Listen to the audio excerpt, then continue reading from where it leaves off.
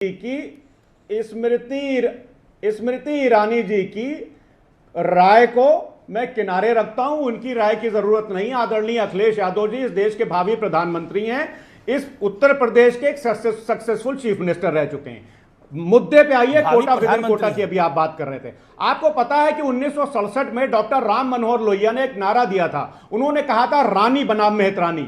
आज जो ये वुमेन रिजर्वेशन बिल ला रहे हैं और इसको डिलिमिटेशन से जो लिंक किया जा रहा है अमीर जी, इसमें संसद में ज्यादा रानियां बैठेंगी, मेहतरानियों की कोई वहां पर जगह नहीं होगी। ये लोहिया जी ने कहा था, मैं नहीं बोल रहा हूं। दूसरी बात अब आप सुनिए, आज की तारीख में जो ये क्या नाम है, डिंपल यादव जी क्या है बता दें, उनका क्या कंट्रीब्यूशन है।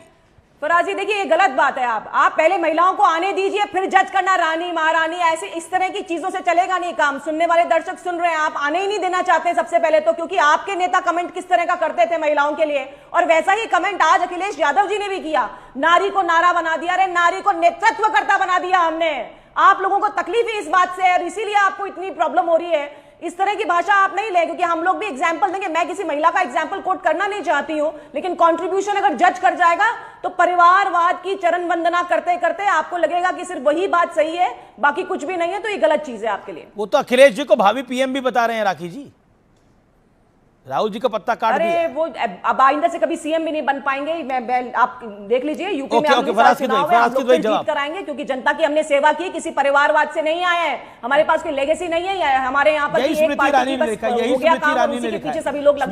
लिखा है कि मेरे पास, मुझे राजनीति धरोहर में नहीं मिली है। जवाब फराज साहब। अमीर जी इनको बोलने दिए, इन्हीं को बोलने दिए, क्योंकि ये हमको बोलने तो देंगे नहीं। भारतीय जनता पार्टी का कल्चर यही है और यही रट के आई है। किसी महिला के बारे में कमेंट करेंगे तो मैं रोकूंगी और टोकूंगी। आप किसी व्यक्तिगत कमेंट करेंगे किसी महिला के बारे में, राखी राठौड़ जी, मेरा निवेदन है अपनी अपनी टर्न पे बोलें, फिर उसके वो बेहतर है। ऐसे चिल्ला चोट होगी, कोई फायदा नहीं होगा। फराज भाई मैं आपको 50 सेकंड देता हूं, मेक योर पॉइंट।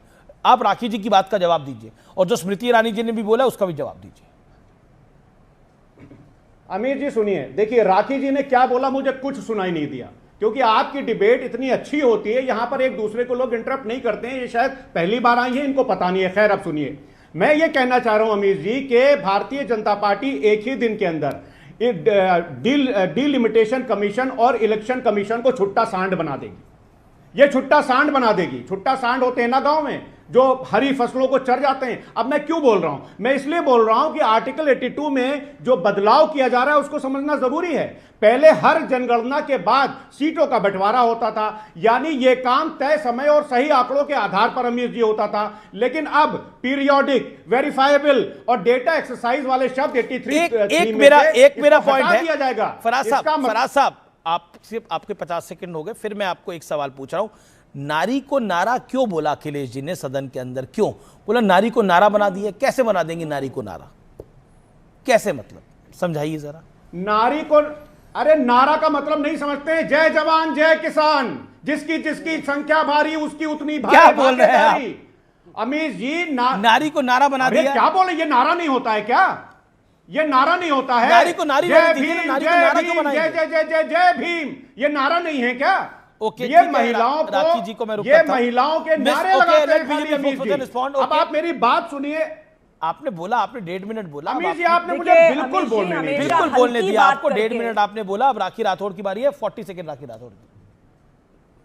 राखी राठौड़ ने आपकी डिबेट को हाईजैक कर लिया। पार्टी ने, फराज जी आप लोगों ने हमेशा महिलाओं को इस तरह से हल्की भाषा का उपयोग करके नीचे नेग्लेक्ट किया, उनकी कैपेसिटी पे हमेशा क्वेश्चन किया, और इसीलिए आप ओछी बात यूज करते हैं। मुलायम सिंह जी ने भी क्या कहा था उस समय 2010 में जब ये आया था, और वही काम आप लगातार कर रहे हैं, और उनके बेटे ने भी आज यही किया। देखिए अब समय परिवर्तन हो चुका है। कल मैं फिर आह्वान करूंगी सभी महिलाओं से, देखिएगा ध्यान से, निर्णय के साथ साथ नियत भी देखिएगा कि इन विपक्ष के लोगों की क्या नियत है। ये चाहते ही नहीं कि महिलाएं आए। अगर आपको कैटेगरी बनानी तो आगे चल के संशोधन हो सकते हैं। आप लोग सपोर्ट कीजिए महिलाओं को। नीति निर्माता के रूप में महिलाएं आ रही है, तो उसका स्वागत करना चाहिए। बड़ा प्रेस्टिजियस शो होता है ये, यहाँ भाषण मत दीजिए। अमीर जी आप सुनेंगे? अमीर जी आप मुझे जवाब देंगे? अरे फराज जी आप व्यक्तिगत टिप्पणी करेंगे, आप महिलाओं के बारे में क्वेश्चन करेंगे तो उठाएंगे हम सवाल। अब वो महिला नहीं है जो सुन करके चुप रह गई थी। आप लोग जिस तरह की भाषा और जिस तरह से अपशब्दों का प्रयोग करते हैं ना, कमेंट करते हैं, वो ठीक नहीं है। सुधार लीजिए इस भाषा को। और मैं कितनी बार आई हूं, कितनी बार नहीं आई हूं, आपके सर्टिफिकेट की जरूरत नहीं है मुझे। अरे मैडम जवाब सुन लीजिए पहले। नेताजी के बारे में आपने बोला है ना, सावरकर जी ने क्या बोला था? मॉलेस्टेशन का बदला मॉलेस्टेशन। सावरकर जी कौन है? आपके आइडियोलॉग है ना।